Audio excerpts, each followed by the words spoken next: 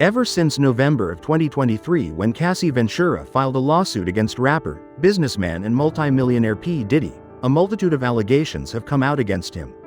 In the past couple of months, Diddy has been arrested. Multiple more lawsuits have come out, and he also has multiple charges against him. And with everything that's come out against Diddy recently, it can get confusing when it comes to the details, making it hard to separate facts from fiction. So today I'm going to break down every single formal allegation that P. Diddy is facing, but first we got to understand a little bit more about Puff. Also, I just want to put a little disclaimer right here that obviously I'm going to be talking about some really dark and disgusting and sensitive topics, as I'm sure most of you are probably already aware, but I just wanted to warn you guys, because it gets pretty graphic. So with that in mind, let's continue.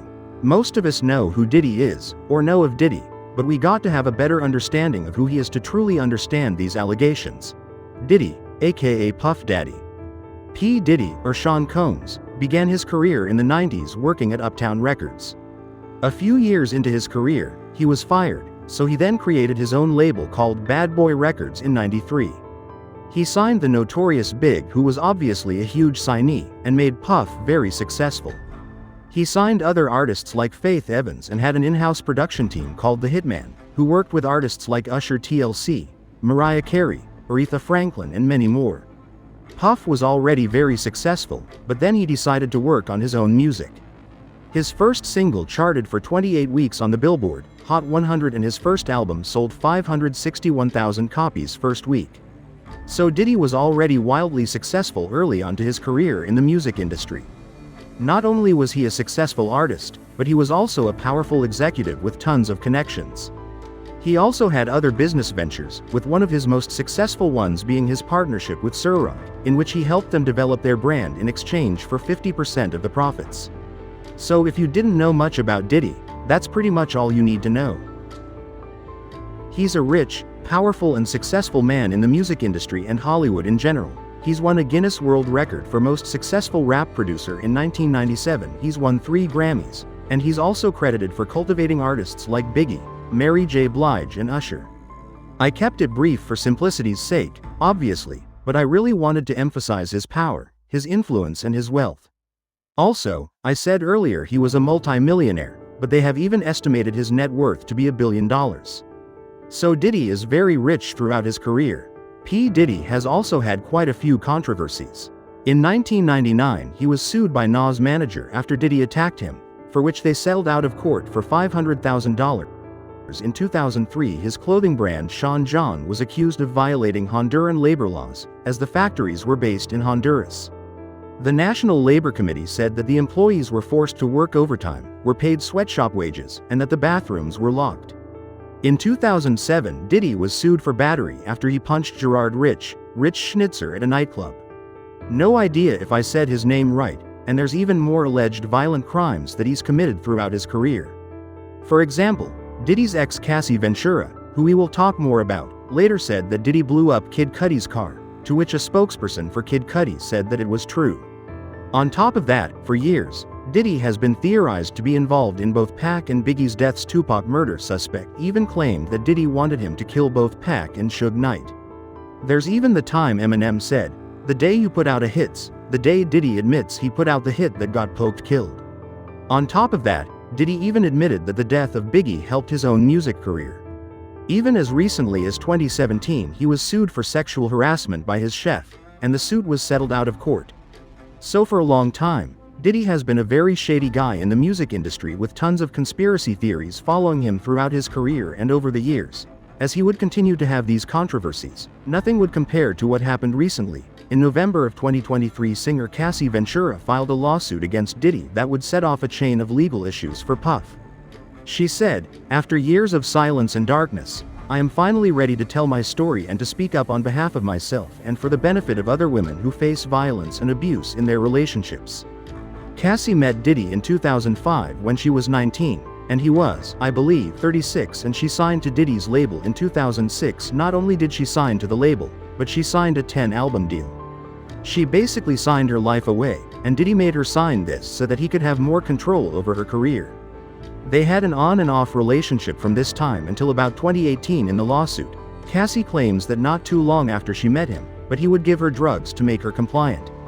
He would beat her multiple times a year, and he forced her to have sex with male prostitutes while he filmed. He very quickly became very controlling of her, as obviously he was in control of her career, and he would also pay for her car, apartment, and clothes, and also had access to her medical records. Apparently, a few years into the relationship, he would coerce her into having sex with male prostitutes while he watched, filmed, and pleasured himself. This stuff is really disgusting and disturbing, but basically, Diddy was a cuck, and she said that this went on for years. In the suit, there was also mention of the 2016 incident where he hit Cassie in a hotel footage. Apparently Diddy even paid the hotel $50,000 for the footage. In 2018, at the end of their relationship, he apparently forced himself into her apartment and eroded her, after which she finally left him for good. Also included in the suit, apparently Diddy dangled one of Cassie's friends over a 17th floor hotel balcony, and the suit also touches on when Diddy tried to blow up Kid Cudi's car in 2012 because Cudi was briefly talking to Cassie. Like I said, one of Cudi's spokespeople said this is all true. One of Diddy's lawyers, Ben Brafman, said, Mr. Combs vehemently denies these offensive and outrageous allegations. For the past 6 months, Mr. Combs has been subjected to Miss Ventura's persistent demand of $30 million under the threat of writing a damaging book about their relationship, which was unequivocally rejected as blatant blackmail. Despite withdrawing her initial threat, Miss Ventura has now resorted to filing a lawsuit riddled with baseless and outrageous lies, aiming to tarnish Mr. Combs' reputation and seeking a payday. In response, one of Cassie's lawyers said Mr. Combs offered Miss Ventura 8 figures to silence her and prevent the filing of this lawsuit. Now I don't know about you guys, but I think it's pretty disgusting to say that this was just full of blatant lies, because Cassie was seeking a payday when there's literally footage of Diddy beating her in the hotel, and that footage actually wasn't even out at the time, which means the dude was just lying. Like I said, though Cassie was suing Diddy for $30 million and apparently, the day after they filed a lawsuit, it was settled out of court. It was settled for an undisclosed amount, and both parties said they wanted to settle it in a pleasant and friendly way. There's nothing public about how they settled it. We don't know how much money Cassie was paid, if any, or even why in particular they settled. Ben Cesario from the New York Times said, for Diddy, the settlement quickly shuts down what could have been a risky and potentially embarrassing process of legal discovery, in which reams of evidence are made public in a possible trial. And Cassie also likely didn't want to relive all of her trauma, which is why she probably was willing to settle rather than sit through a trial. But thanks to Cassie's courage for coming forward about this, a multitude of lawsuits followed just 5 days after Cassie's lawsuit. Another lawsuit was filed accusing Diddy of drugging and essaying a college student at Syracuse University in 1991 and filming it. Then apparently Diddy would show the footage to people as revenge porn. Shortly after that, a third lawsuit was filed accusing Diddy and Aaron Hall of R-wording the accuser and her friend. Apparently, following the assault, Diddy pulled up to the girl's residence and got violent, even choking the girl till she passed out. After this suit came out, Diddy's spokesperson, again, claimed they were lies, saying these are fabricated claims, falsely alleging misconduct from over 30 years ago and filed at the last minute.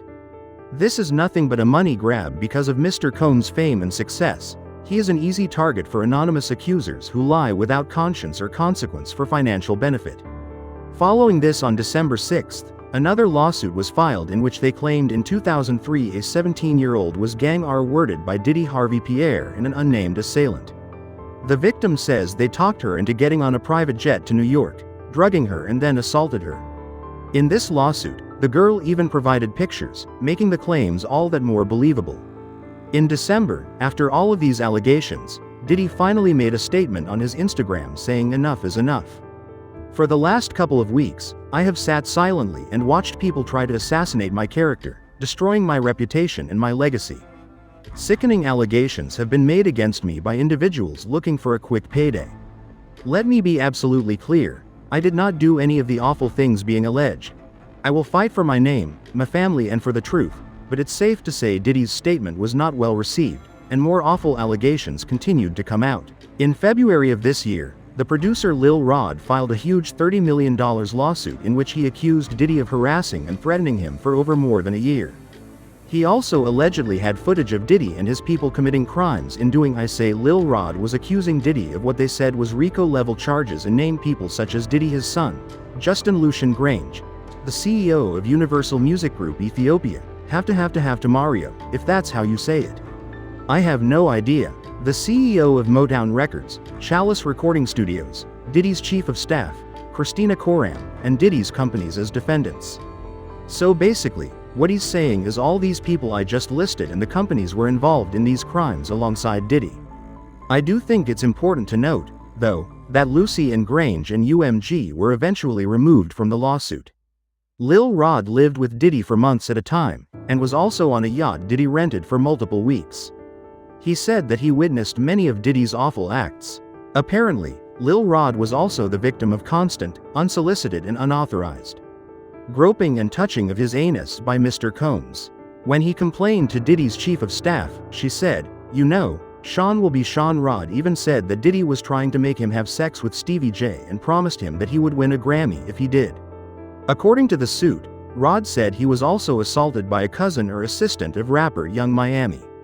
He was harassed and assaulted by Oscar winner Cuba Gooding Jr., and obtained footage of a rapper and an R&B singer whose names have been redacted from the complaint, consorting with underage girls and workers.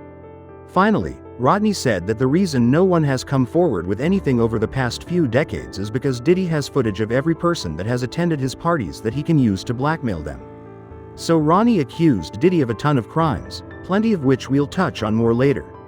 But this lawsuit was huge, especially because he was naming names and said he had evidence for all of this. Diddy's attorney said that the suit includes reckless name-dropping about events that are pure fiction. Following this, 2 of Diddy's houses were raided by the feds, they said. Earlier today, Homeland Security investigations, New York executed law enforcement actions as part of an ongoing investigation, with assistance from SHE Los Angeles, SHE Miami and our local law enforcement partners. We will provide further information as it becomes available. Both of his sons, Justin and Christian, were also handcuffed during the raids. So clearly, either because of the lawsuits or before them, Diddy was under investigation by the feds. After the raid, CNN obtained the video of Diddy attacking Cassie in the hallway, to which Diddy decided to apologize for since this was the only evidence so far that had been released to the public. It's so difficult to reflect on the darkest times in your life. Sometimes you gotta do that. A couple of days later, another woman came forward accusing Diddy of 4 instances of SAW from the mid-1990s to the early 2000s. He was also accused of flattery and assault in this suit as well.